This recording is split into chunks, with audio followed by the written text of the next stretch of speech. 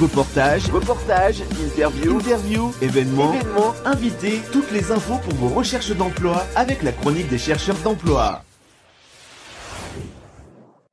Vous êtes sur Go Boulot la radio et télé de l'emploi. Je suis Dylan, apprenant de la formation S'engager vers l'emploi chez Devenir en Vermandois et je suis en compagnie de Guillaume. Bonjour. Qui est également apprenant dans cette formation.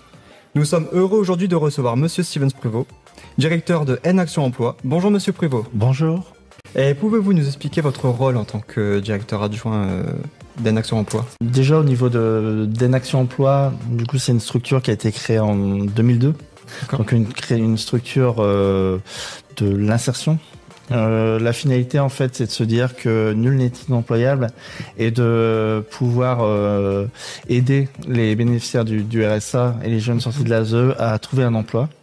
Donc moi, mon rôle en tant que directeur adjoint, je manage une équipe de 13 personnes dont le rôle est d'aller en entreprise, trouver des postes, les déqualifier, les dégenrer et après derrière pouvoir le proposer à notre public.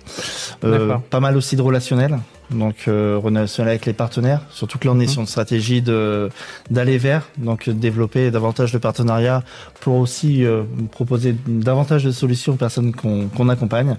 Et après il y a tout le côté administratif, le côté un petit peu sombre. Tout à fait, ouais. Avec quelques lettres magiques, le FSE, donc un de nos financeurs, avec derrière forcément beaucoup de contraintes administratives. Alors, du coup, vous accompagnez les publics avec la méthode IOD. Est-ce que vous pouvez nous expliquer cette méthode d'accompagnement ? Du coup, la méthode IOD, c'est donc IOD qui veut dire intervention sur l'offre et la demande. Donc, c'est une méthode qui a été créée par une structure girondine. Donc l'association Transfert. Le principe, il était assez innovant. Donc c'est une méthode des années 80, assez innovant puisque c'était de se dire au lieu de travailler sur l'employabilité, où il y a pas mal de structures qui savent très bien le faire, travailler sur les projets professionnels, le CV, l'aide de motivation. Le but, c'est de travailler l'employabilité. C'est de se dire de se mettre de l'autre côté, de se dire mais en fait, il y aurait peut-être quelque chose à faire auprès des chefs d'entreprise. Donc là, à partir de là, c'est une méthode qui est basée sur deux choses très fortes. Le libre choix, c'est de se dire en fait que la personne qu'on accompagne et qu'on appelle professionnelle, ils ont le libre choix de se positionner ou pas sur des offres, d'accepter ou pas des offres d'emploi. Et l'autre, c'est l'engagement. C'est-à-dire les personnes qui rentrent dans l'action, ils s'engagent à vouloir trouver un emploi. Et nous, derrière, on s'engage à leur faire rencontrer des chefs d'entreprise et également leur proposer de l'emploi durable. Puisque la finalité de la méthode IOD, c'est ce qu'on appelle l'emploi durable, donc le CDI, le CDD de plus de 6 mois. Comment vous rentrez en contact avec les employeurs pour qu'ils acceptent de collaborer avec vous ? C'est une bonne question. Voilà. Parce qu'en fait, on est dans le cœur du système. Comme je vous disais, on travaille l'employabilité. Du coup, nous, le cœur du système, c'est l'entreprise. Mes collègues sont 80% de leur temps en entreprise.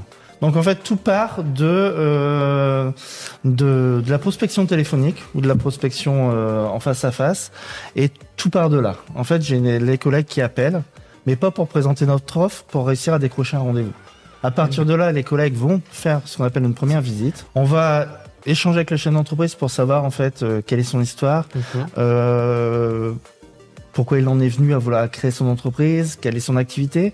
Et à partir de là, il va avoir de la confiance qui va se mettre entre le chef d'entreprise et le collègue, et on va arriver sur les offres. Une fois que, si jamais il y a des offres ou potentiellement par la suite des possibilités de recrutement, on va planifier avec le chef d'entreprise un deuxième rendez-vous. Et là, le deuxième rendez-vous, c'est ce qu'on appelle dans notre jargon l'AST, donc analyse en situation de travail. Le but, ça va être d'aller sur le poste de travail, de déqualifier l'offre, de transformer en fait le poste en tâche à effectuer et également de dégenrer l'offre. Et à partir de là, on a du coup un vivier à proposer aux personnes qu'on accompagne. Les personnes qu'on accompagne, on les appelle les professionnels, et à partir de là, on va proposer aux professionnels l'offre.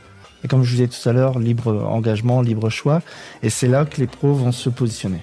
D'accord, c'est vraiment super avantageux pour les employeurs et leur entreprise, quoi. En fait, on a un côté, on les aide durant l'AST à faire ce qu'on pourrait à vraiment avoir une sorte de fiche de poste, et également à travailler sur l'intégration. Puisqu'en fait, là, c'est que la partie visible de l'iceberg, c'est avant l'emploi, et le plus dur commence une fois que la personne est en emploi, et par l'intégration du salarié. D'accord. Et lorsque vous dites du coup de dégenrer du coup l'offre, ça veut dire aussi que du coup si on a un intitulé de poste qui dit homme de ménage ou femme de ménage, c'est pour on va dire plutôt dire agent d'entretien afin que toutes les personnes puissent être concernées. En fait, le but c'est de se dire que il y a des stéréotypes dans la société, se dire que tout ce qui est métier du bâtiment c'est masculin, tout ce qui est métier de la santé ça va être féminin. Nous on va en fait, quand on va proposer notre offre au niveau des professionnels, donc les personnes qu'on accompagne, on va pas forcément mettre l'intitulé du poste. On va mettre un nuage de mots.